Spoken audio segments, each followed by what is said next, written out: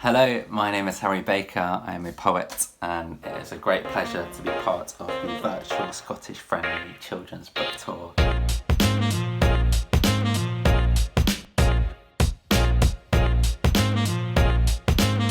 I am going to talk about poetry and maths, two of my great loves. I studied maths at university and I wrote poetry in my spare time, and now I'm a full-time poet. I've started reading maths books in my spare time, which is something I never expected to happen.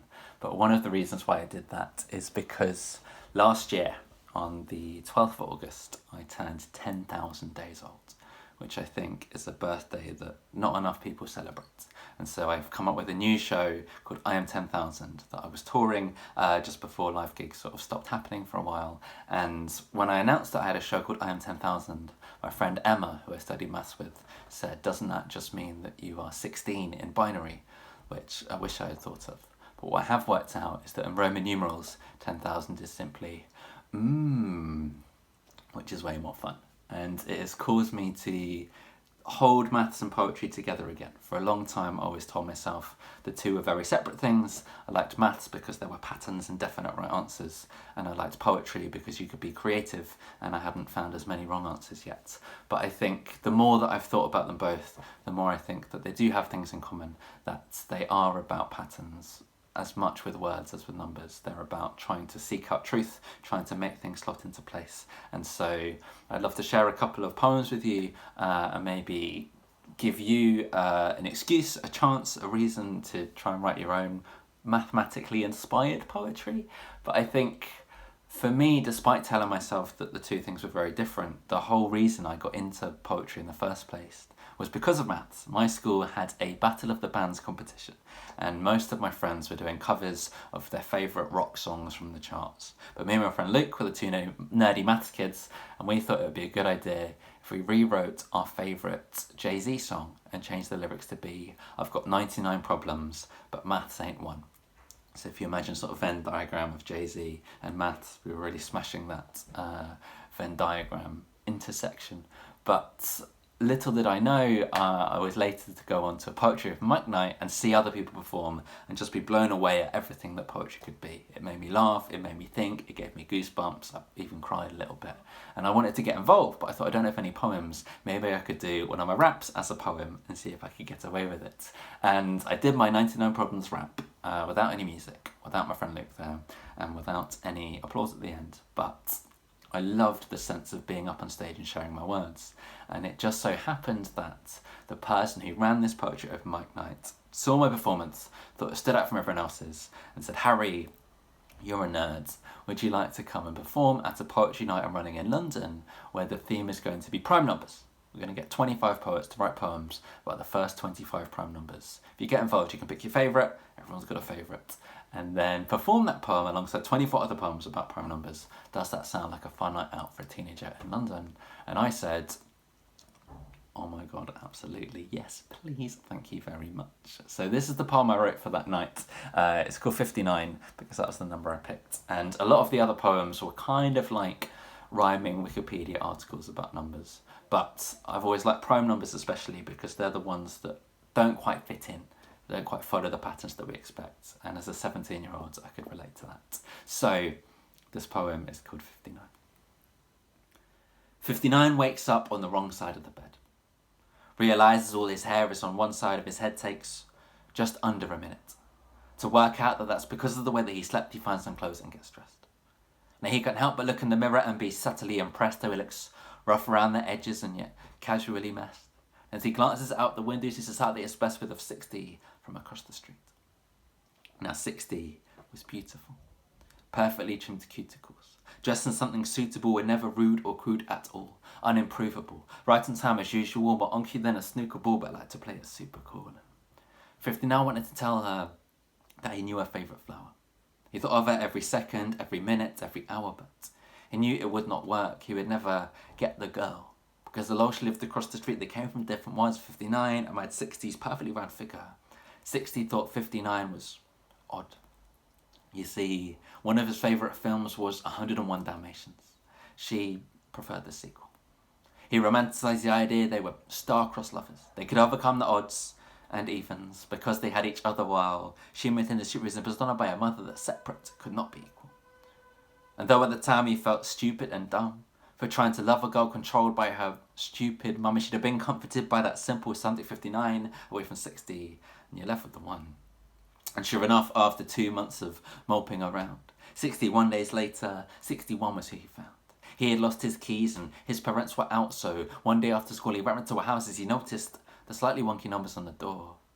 He wondered why he'd never introduced himself before. She let him in, his jaw dropped in awe. 61 was like 60, with a little bit more. See, she had prettier eyes and an approachable smile. And like him, rough around the edges, casual style. And like him, everything was in disorganized piles. And like him, Mum didn't mind a friend stayed a while because she was like him. And he liked her. He reckoned she would like him and she knew he was like her, and it was different this time. I mean, this girl was wicked, so he plucked up the courage and asked for her digit. She said, I'm 61. He grinned, said, I'm 59, and today I've had a really nice time, so tomorrow, if you wanted, you could come over to mine. She said, sure. She loved talking to someone just as quirky. So she agreed to this unofficial first date. In the end, they were only ready 1 minute early, but that didn't matter because she arrived 1 minute later, and from that moment on, there was non-stop chatter. How they loved X Factor. How they had 2 factors. How that did not matter. Distinctiveness made them better. By the end of the night, they knew that they went together, and one day she was talking about stuck-up 60. She noticed that 59 looked a bit shifty. He blushed and told her of his crush, the best thing that never happened because it led to us. And 61 was clever, see, not prone to jealousy. She looked him in the eyes and she told him quite tenderly, you're 59, I'm 61, together we combine to become twice what 60 could ever be. 59, at this point, had tears in his eyes.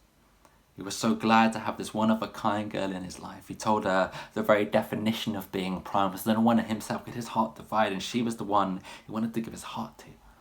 She said she felt the same, and now she knew the films were half true because that was not real love. That love was just a sample. When it came to real love, they were a prime example. Thank you very much.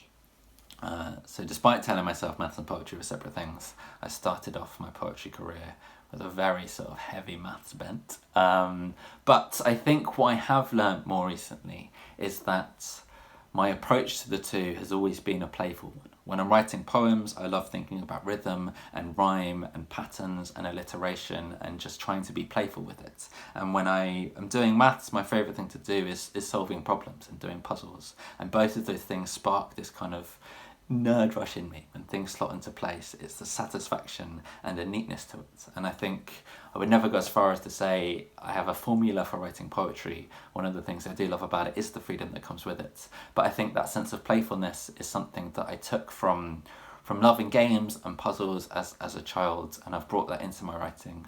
And so this next poem came about through something I challenged myself to do that I will also challenge you to do. And that is to write a poem that starts with the letter A and goes all the way through to the letter Z. And it could be on any topic you want. Things that work well is it could be animals, it could be imaginary things, it could be real things, it could be about food. That's completely up to you. And I think for me, part of the fun comes with the challenge. Some letters are much harder than others, but it forces you to think outside of your normal creative sphere. And so I'll finish with this poem. It's called An A to Z of Time and Space, because I think another thing for me that both poetry and maths have enabled me to do is to pay more attention to the world around me, to notice these little things and these patterns. And I think now, as much as ever, I'm appreciating the smaller things in my life and noticing how important they are and how in the grand scheme of things we can all be massively important or completely insignificant, depending on how we're feeling about ourselves. So I'll finish with this. This is my A to Z of Time and Space. I would absolutely encourage you to try and write your own. If you want it to rhyme, it can do. It doesn't have to.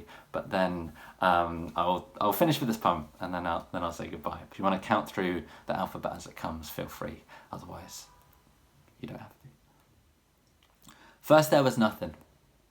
I'm talking nothing but nothing. Then there was something. In amongst that nothing was something. And some things are split into some things, and some things even managed to become things. So take Adam. Adam was added up out of atoms. Before that it was black and barren, then it became big and banging. Out of the chaos came countless crazy complex patterns, and then dun dun dun, dinosaurs happened. Through evolution, everything's edited every day. That's how we fine-tune, finesse, and then finally find our way. Just as the galaxies have got into gear, the game changed because hip hip hooray, Homo sapiens came. And we invent, imagine, inspire, and innovate. We journeyed from jamming in caves to jamming jam in a cake. That knack for knowledge knitted and knotted away like silent caves. We learn the language of living. Often a little late we make music. We maneuver mathematical methods. We've noticed and noted the nodes of our own neural networks overflowing, outpouring open mics to operatics. We are the port percentage purported in pepperami packets. Because we question, from quick quizzes to quantum quarks, revolutions of the heart to renaissances of art, you see, scriptures and science seek signs of the sublime. You are through trees trickles the entirety of time. Our universe is unfinished, but utterly underway. Its vibrancy vibrates via ventricles, valves and veins. You see, we wonder and we wonder. We explore and we explain. We yearn for what is yonder. As we zoom out into space, we can forget that we were not the first to be here. By any stretch, we will not be the last to leave. And whilst we can't control our history or know our distant future, we can make the most of what might lie between. We can be kind, and we can accept the kindness of others. The world shows us what we allow ourselves the time to discover. We can listen, truly listen to another person's needs. Not just wait until they stop talking to take our turn to speak. We can be brave enough to try and make all kinds of mistakes. We can be playful, because what is a life without play? We can remind ourselves each day it's not too late for new beginnings, when a single moment can hold the whole universe within it. Because when we zoom out, we realise how small it becomes. So either none of it matters, or all of it does. From atoms, Big Bang, chaos, dinosaurs, evolution, the fine-tuning of the galaxies to humans. Imagine that journey of knowledge through language and music. Notes overflow with the poetry of quantum revolution. As the sublime trickles through the universe's veins, we wonder, explore, yearn, and zoom out once again. Because when we zoom out, we realise how small it becomes. So either none of this matters, or all of it does. Thank you so much for listening. I mentioned pepperomis in that. That's because if you look on the back of a pepperami packet, it has 140% pork. So for every 100 grams of pepperami, there's 140 grams of pork. It's dried in the process. And I think that's a wonderful metaphor for how we can all give more than 100%. But also as a mathematician, it's very frustrating. My name is Harry Baker. I've been here on the virtual Scottish Friendly Children Books Tour. I hope you check out the other videos, that you enjoy this, and are maybe inspired to try and write some of your own poems, mathematical or otherwise. Thank you so much.